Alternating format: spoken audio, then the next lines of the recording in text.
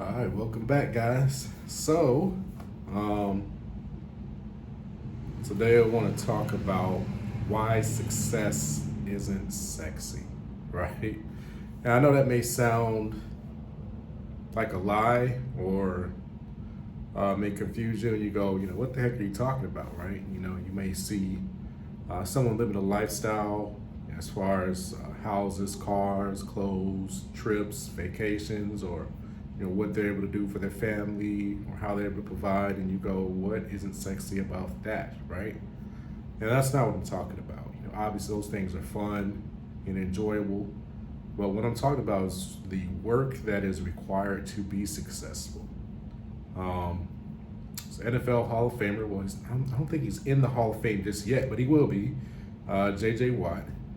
He had this quote that said, um, "Success is not owned; it's rented, right? It's leased." Yeah, that's what he said. He said it. Success is not owned; it's leased, and rents due every day.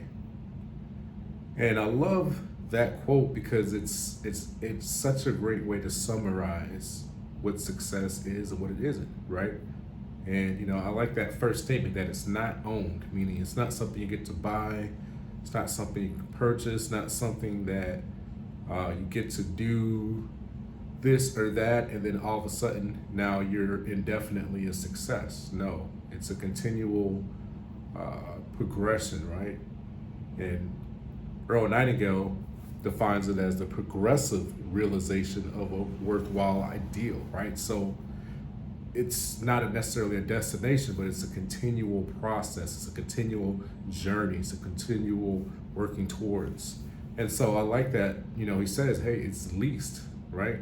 And that the rent is due every day. And it's very key that he said that at the end of that quote, that the rent is due every day. Because we really are what our daily actions and habits are, right? That's really what creates our life.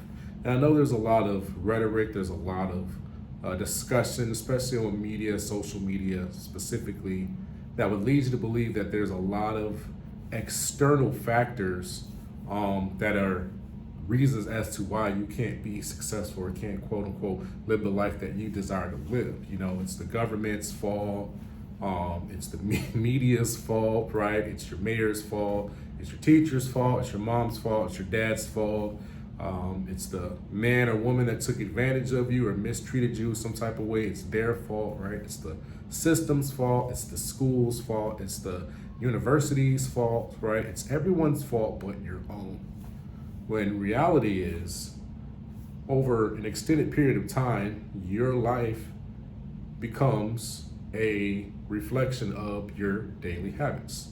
So I'll give you an example that we all can probably agree on that's a little less, it's a little bit easier to see and a little bit easier to digest for you. So let's take an example of, let's say, brushing your teeth, right?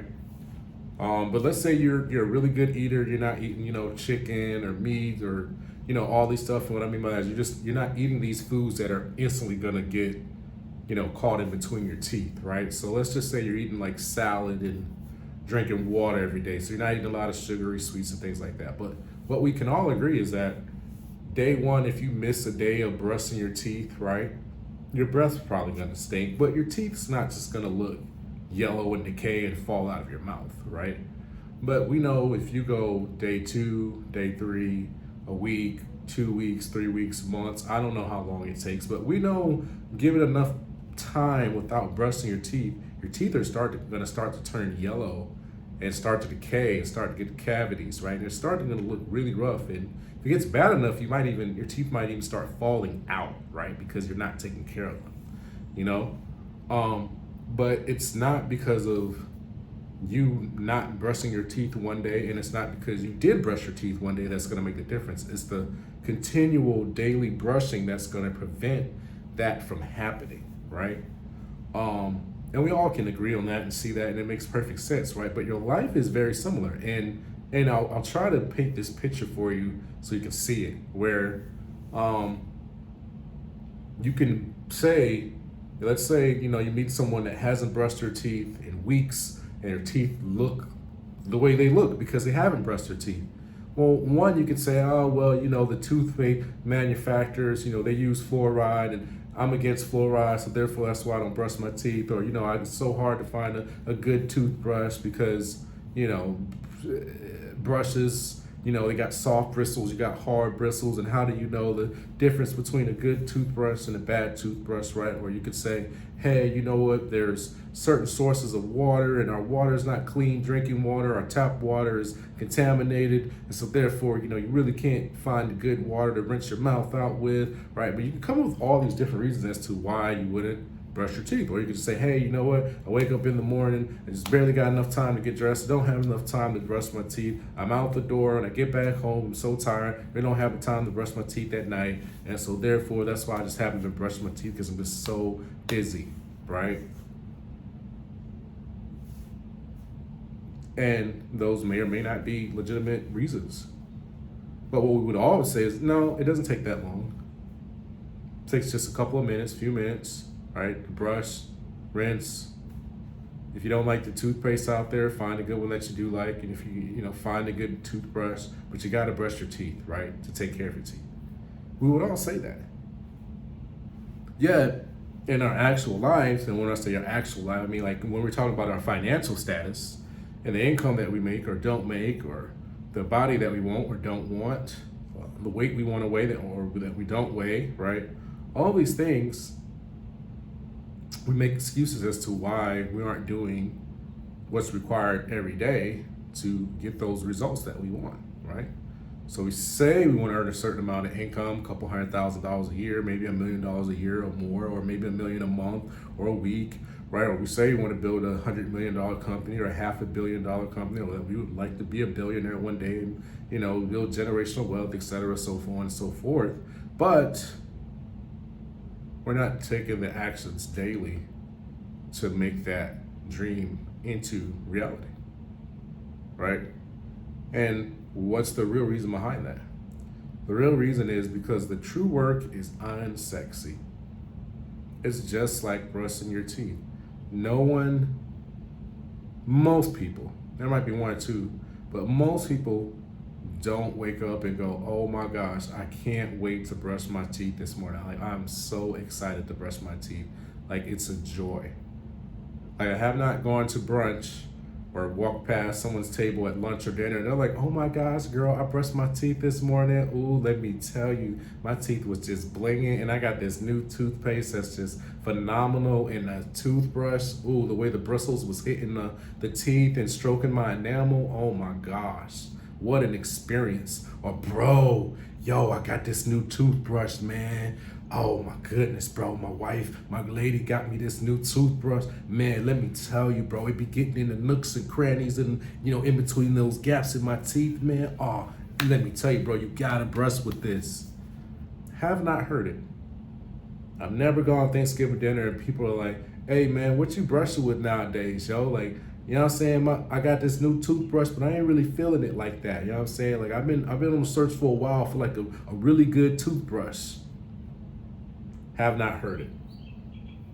But what I do know is that people appreciate white teeth. People appreciate a pretty smile. And people spend hundreds of thousands of dollars a year for surgeries, for veneers, or for teeth whitening services. I mean, it's a big industry. The dental industry is huge. For oral hygienics, it's a big deal. People spend money on that. People do oil pulling. Yeah, so they're rinsing their mouth with oils 10, 20 minutes, 30 minutes a day. People have got, tongue scrape. I mean, all these different things. Flossing, right?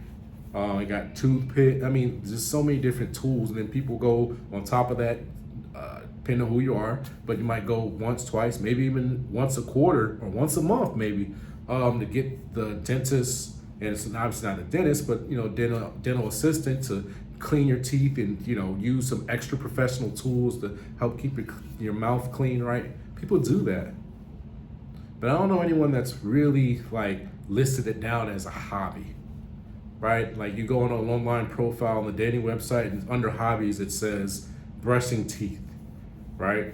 You meet someone and you're like, hey, what do you like to do? Oh, I love brushing my teeth. I haven't come across it. And majority of people, no, that's not the norm for them. But why do we do it every single day?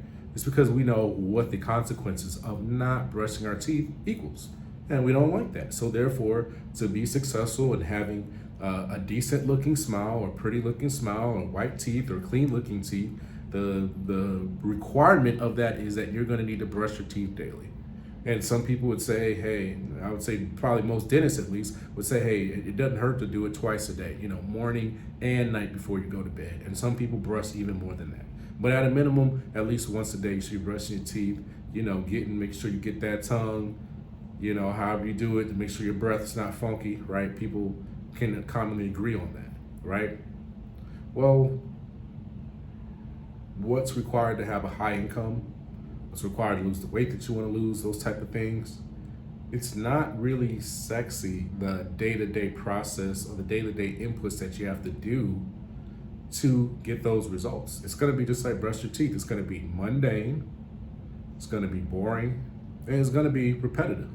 I mean, I don't know that you brush your teeth a new way every single day, right? Every day you brush your teeth, it's kind of the same thing. Whatever your routine is, you put the paste on, or you wet the toothbrush first, or you put the paste on, then you wet the toothbrush. However you do it, it's almost subconscious, right? You just get up and you're like, I gotta brush my teeth, and you do it. You don't even think about it. You're thinking about something else while you're sitting there brushing your teeth, right?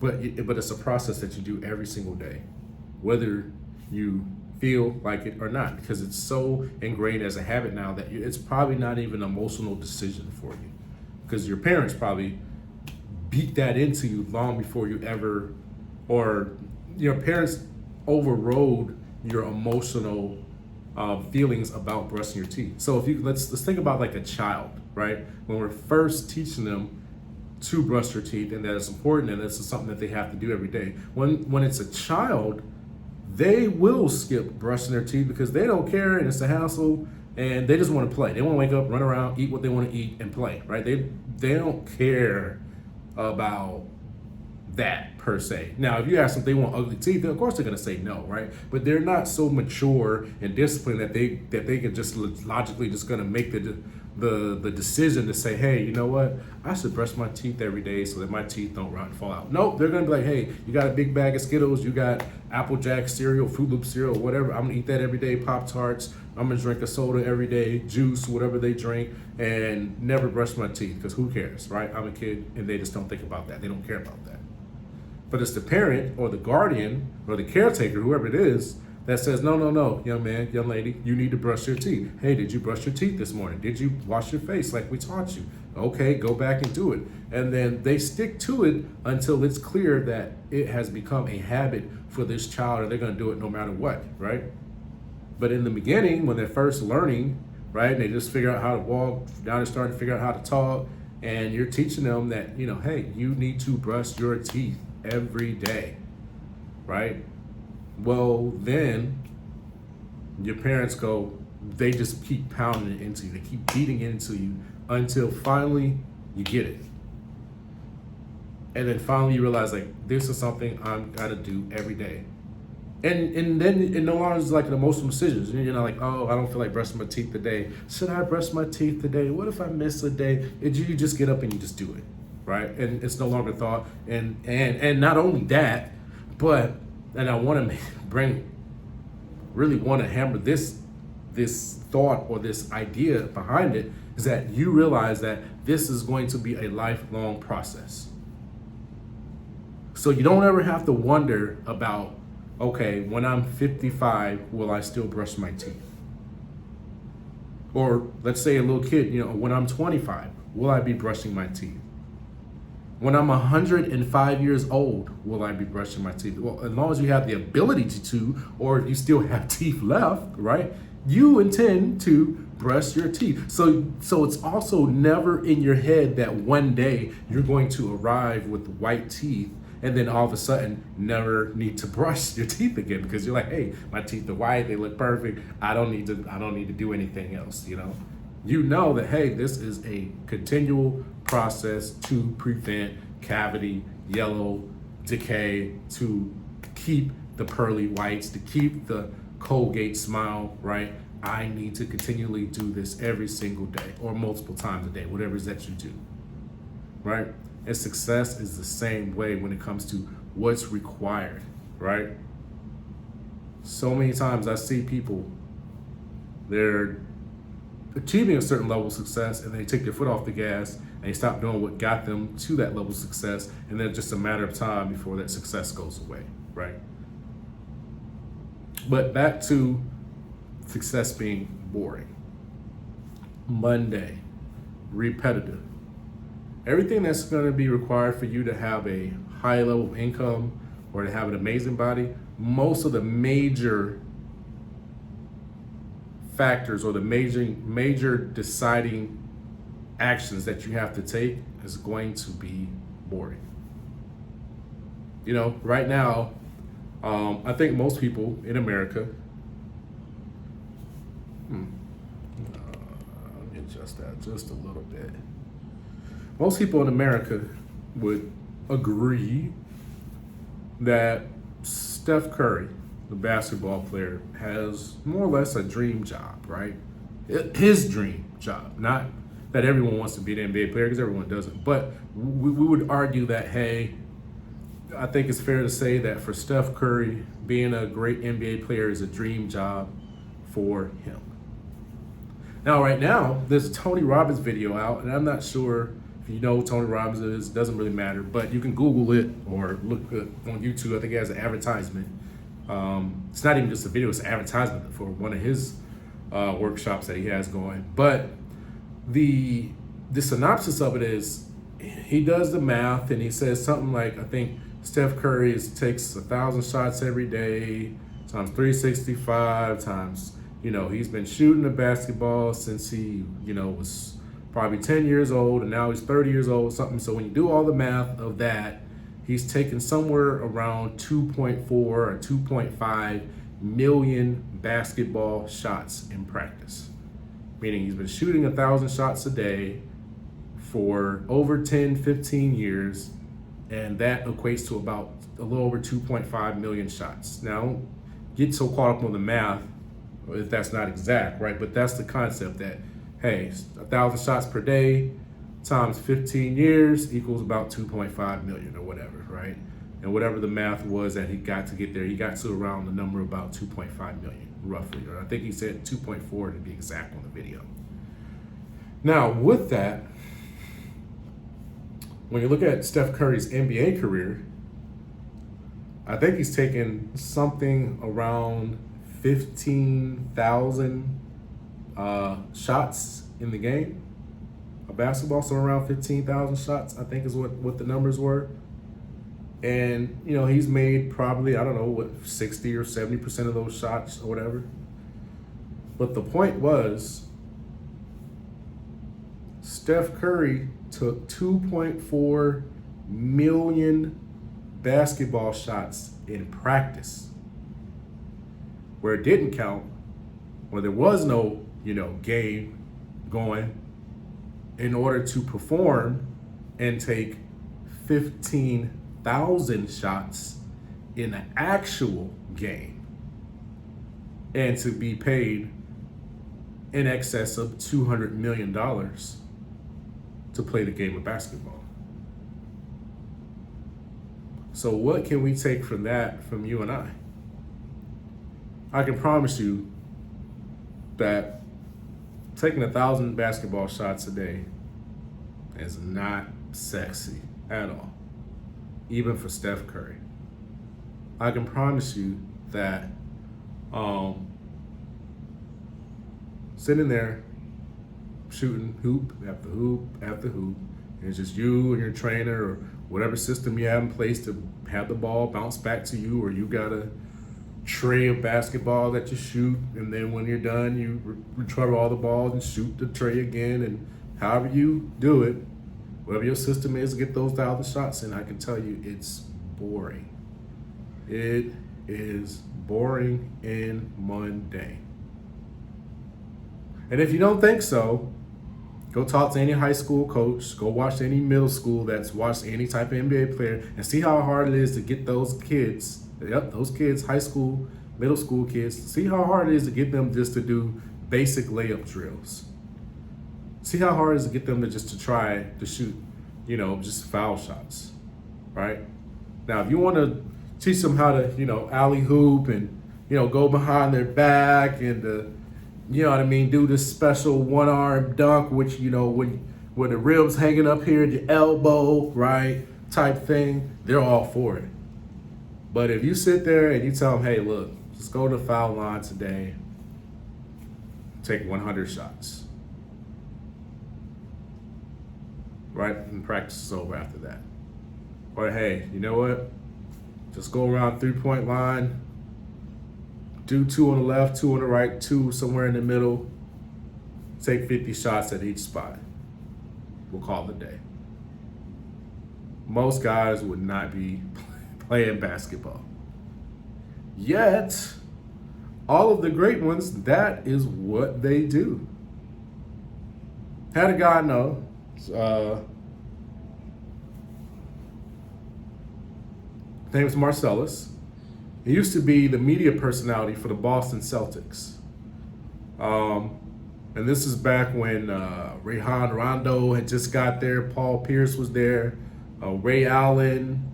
I can't remember if Kevin Garnett was a part of the team then at that time or not, but it was definitely Ray Allen, Rajon Rondo, Paul Pierce, and I want to say there was one other guy. But anyway, this was back when Boston was like, 1 or 2 games away from getting to the NBA Finals every season. Like they were some stars. Yeah, Marcellus was the media personality there who did all the intermediary between the players and the media, right? They have a person that schedules that and tries to make sure the players are where they're supposed to be and everything like that, gives them kind of coaching on, how to talk to the media, et cetera, et cetera. But anyway, the point is, he got full access, obviously, with being that, to the players and also everything that they did at the facility or didn't do at the facility, right? Well, one of the things that Marcellus told me he observed was that all of the great players, and he said all, not some, all, A-L-L. Let me just say that one more time. All, in case you missed it. Did I miss that?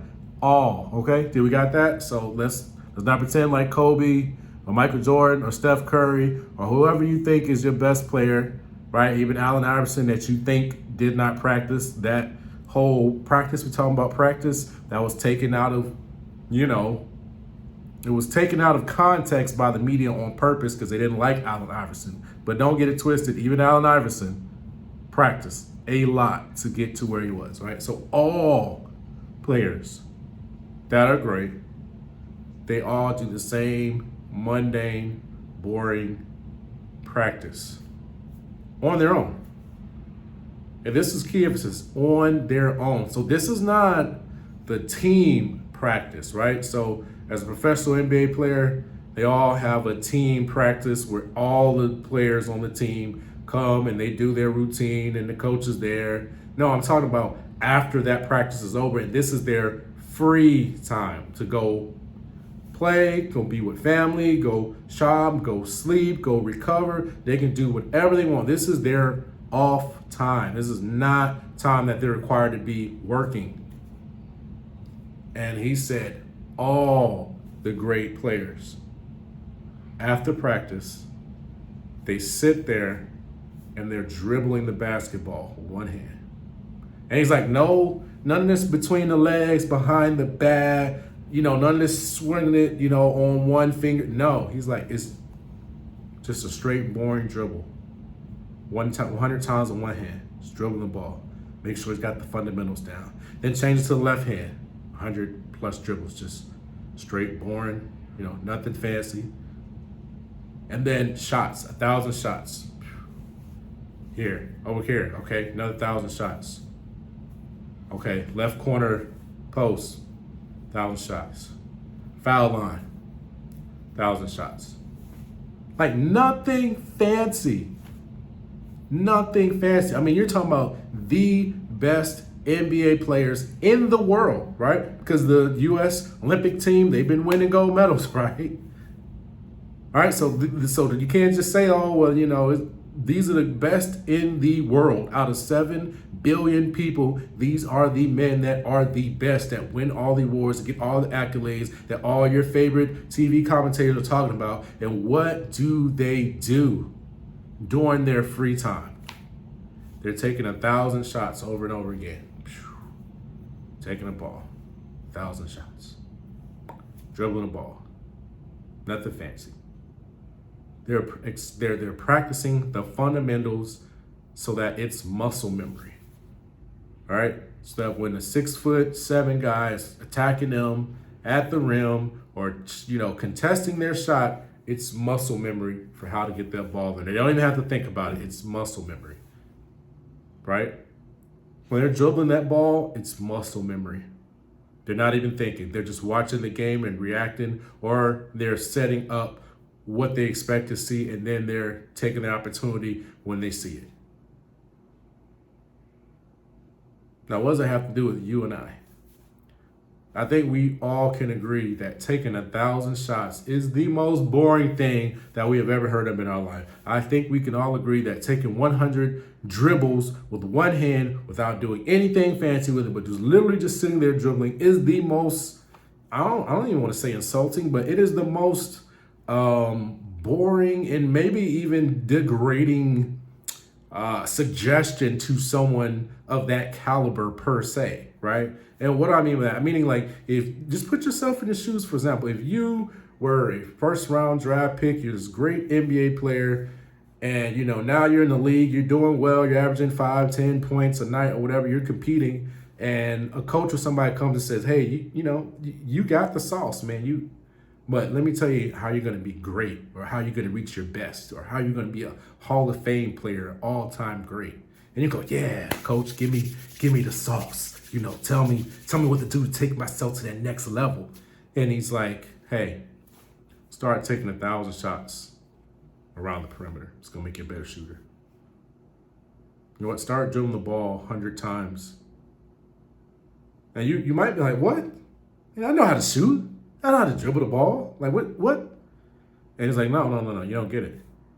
Like, these are the fundamentals that you need to be so ingrained into your body that it's just muscle memory. Like, you're not only that it's muscle memory, but that you, especially without somebody trying to attack you, meaning a 6'7" guy trying to defend against your shot, that you don't know how to miss a shot if you tried.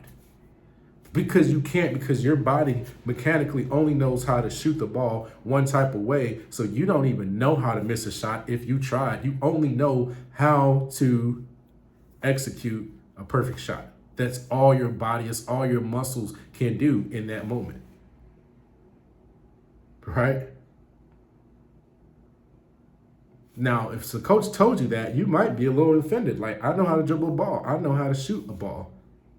But that is what all the greats do. They practice that. Now, of course, they do other things. They watch film and they study different players and all that. But I'm telling you, what every single one of them do is they do that boring, mundane, repetitive work day in, day out. And that's what makes them great. Now, let's bring that back to you and I. What are the 1,000 shots in your life? Right? What are those 100, 200 plus dribbles in your life that you need to do to ensure that you have success in what it is that you're going after, right? In sales, typically it's prospecting. That's the thing. The prospecting calls, doing it day in and day out, that's what really is a big mover. And in addition to that, practicing what you're going to say on your prospecting calls, right? And whether it's door knocking, whether it's phone calls, whether you're outbound phone call or it's inbound phone call, right? When you need to know, especially as a salesman, what to say when that customer comes through the door, or when you finally have that verbal voice-to-voice communication, whether it's on the phone or in person, when you finally have that voice-to-voice communication with that customer, you need to know what to say. And I don't care what field it is, whether it's car sales, insurance, real estate, private jets, yachts, it does not matter. There's a very common conversation that happens time and time again. There's the same questions that come over time and time and time again. There's the same objections that happen time and time again. But if you don't know those and you haven't mastered those, you're always going to be limited. But if you master those, you can master that conversation, you can make as many sales as you want and make the income that you want and have that financial part of your life taken care of.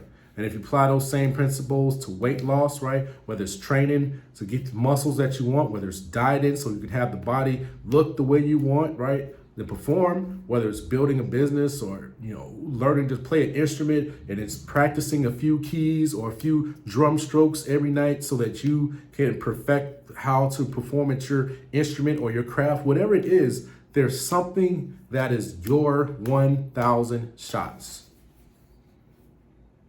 There's something that's 100 dribbles that you have to do. And when you commit to doing that day in and day out, I promise you it's going to be unsexy. It's going to be boring. And especially in the beginning, because the first time you take 1,000 shots, you probably just might be sore and bored out of your mind. Go, oh my gosh, can't believe I just took 1,000 shots. They want me to do it again tomorrow? Like, woo.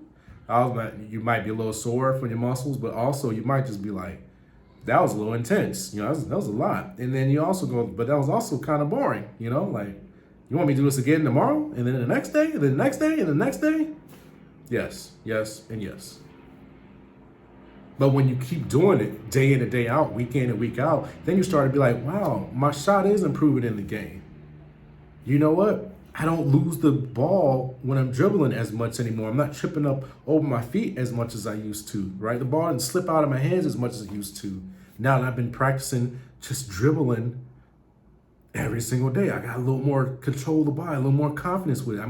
I got a little more familiarity with the ball. I feel like I could do just a little bit more with it now. I'm a little more comfortable with it, right? I'm noticing little subtleties in it that I just didn't notice before, right? I'm a little more confident with taking the shot now that I've taken those 1,000 or those 5,000 shots this week, right? Now I'm a little more confident in taking the game winner because I know I've been putting in the work, I've been practicing. And if you get me on this spot in the court, that's where I can't miss.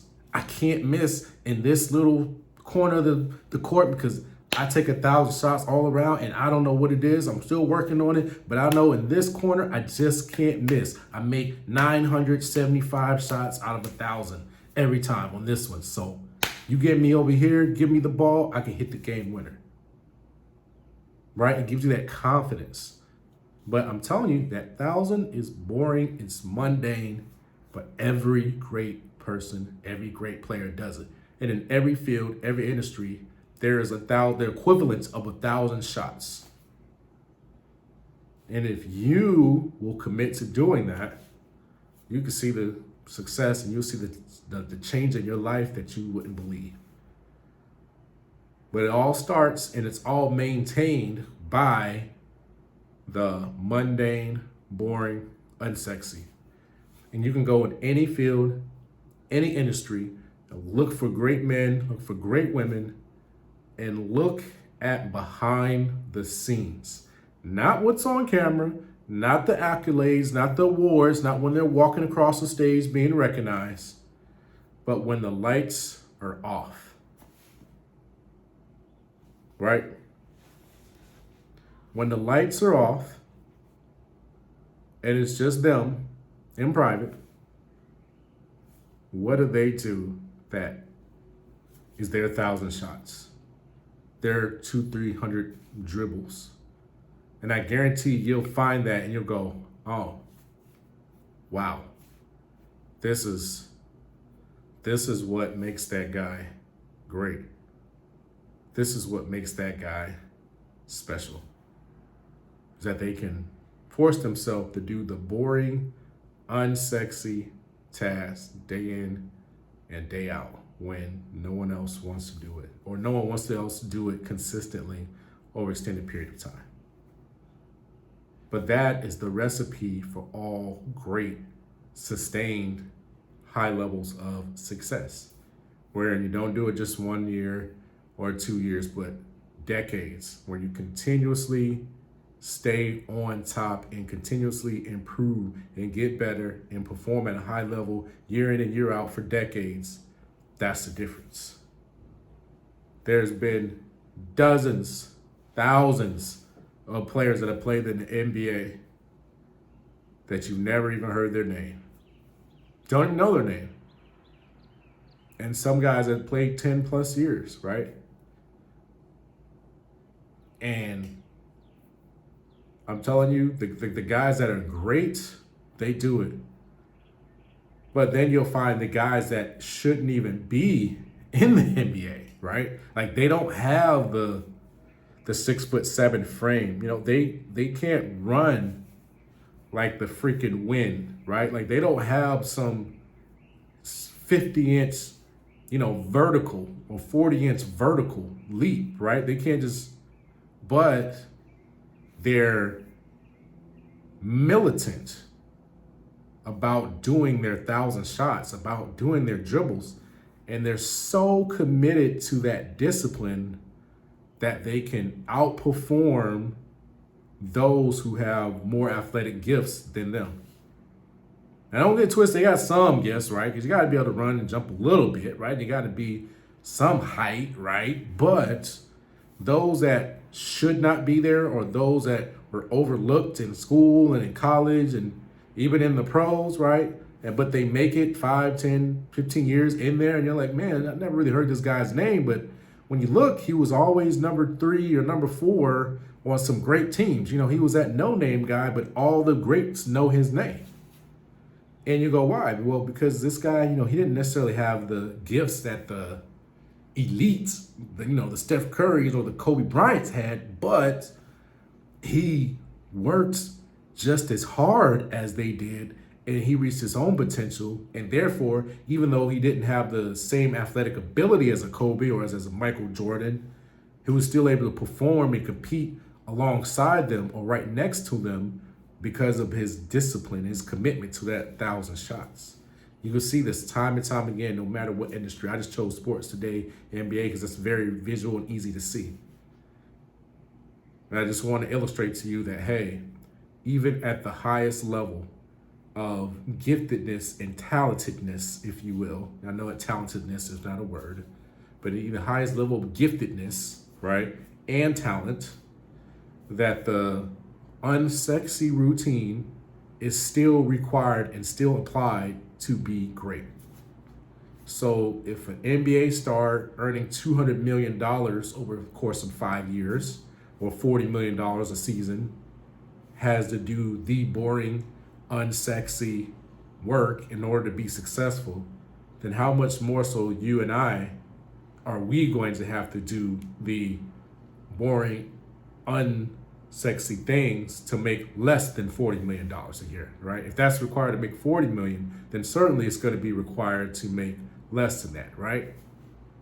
And so your goal, wherever it is, whether it's weight loss, whether it's look a certain way, whether it's earn a certain income, you're going to have to commit to doing the unsexy work. And then over time, typically it takes a few months in most instances. It's going to take about 3 to 4 months to start to see any type of measurable results. But after that, you'll start to get a rhythm routine, and then you'll start to see that, hey, yeah, this works. And then you keep doing that. You don't take your foot off the gas. You keep that, and you keep doing that unsexy, boring thing that continues to produce the sexy results, right? So that is why success is really unsexy, because it really requires hours upon hours of unsexy, boring, mundane, repetitive work every day, or at least 5 days a week or 6 days a week, whatever it is that you need. And it requires you to continuously do that over and over and over again for as long as you want the results that it produces. You're going to have to keep putting that input in. It's just like putting gas in a car. There's nothing really particularly exciting and sexy about putting gas in a car. But if you want your car to drive and you want it to go the distance, you're going to have to keep putting gas in it. And if you want to make it to 100,000 miles or even 1,000,000 miles, you will always have to put gas in your car. Now, granted, I know we live in a day of electric cars. We're not even talking about that. But still, nonetheless, you're going to have to charge your battery. Still, you're never going to get out of not charging your battery, right? For the electric car people. But you're going to have to put gas in that car to get it to go, right? Because it's going to burn and consume that fuel. And then when that's consumed, you're going to have to replenish that, right?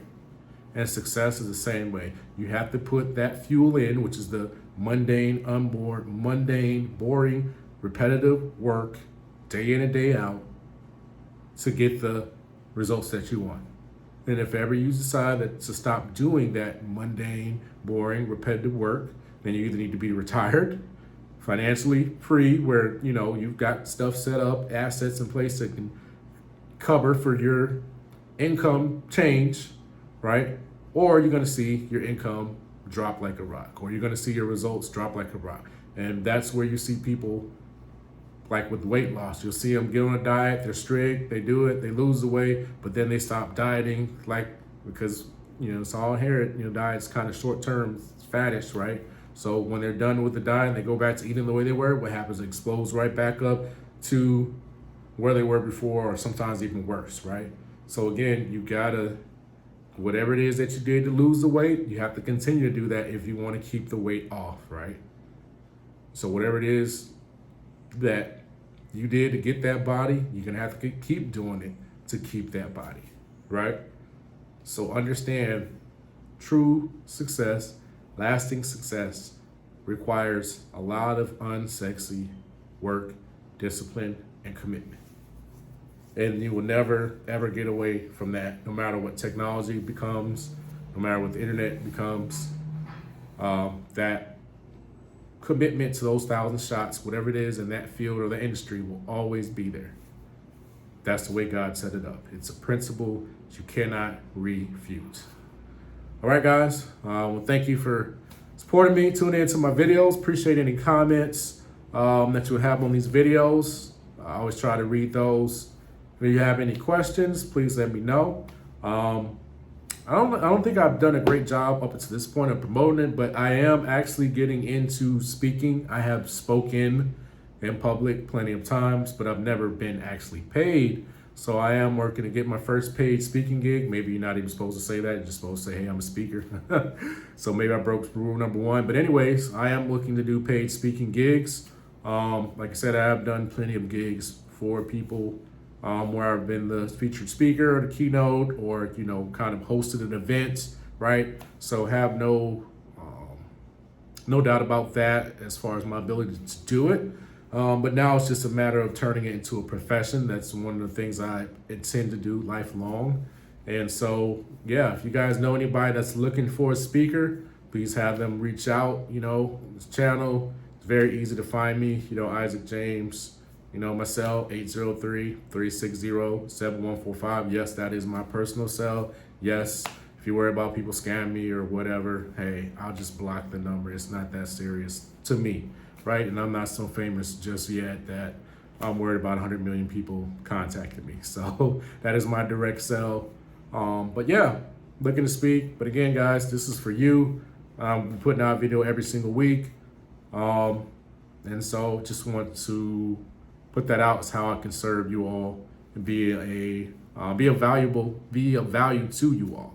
And so let me know what you would like to see in these videos. So far, it looks like sales. I've been notating what has been getting more views than not, because you guys know this channel's less than a year old as far as me continuously doing the videos every week. We just started this week, but seeing that you guys seem to be a little bit more interested in sales. So far, it's my first viral video. I wouldn't call it viral, but that's my video with the most amount of views within a week is sales trading. So it seems like you guys are a lot more interested in sales. So I'll start putting more videos out on sales and the things I've learned and things that I know will translate to help you improve your sales and to therefore improve your life.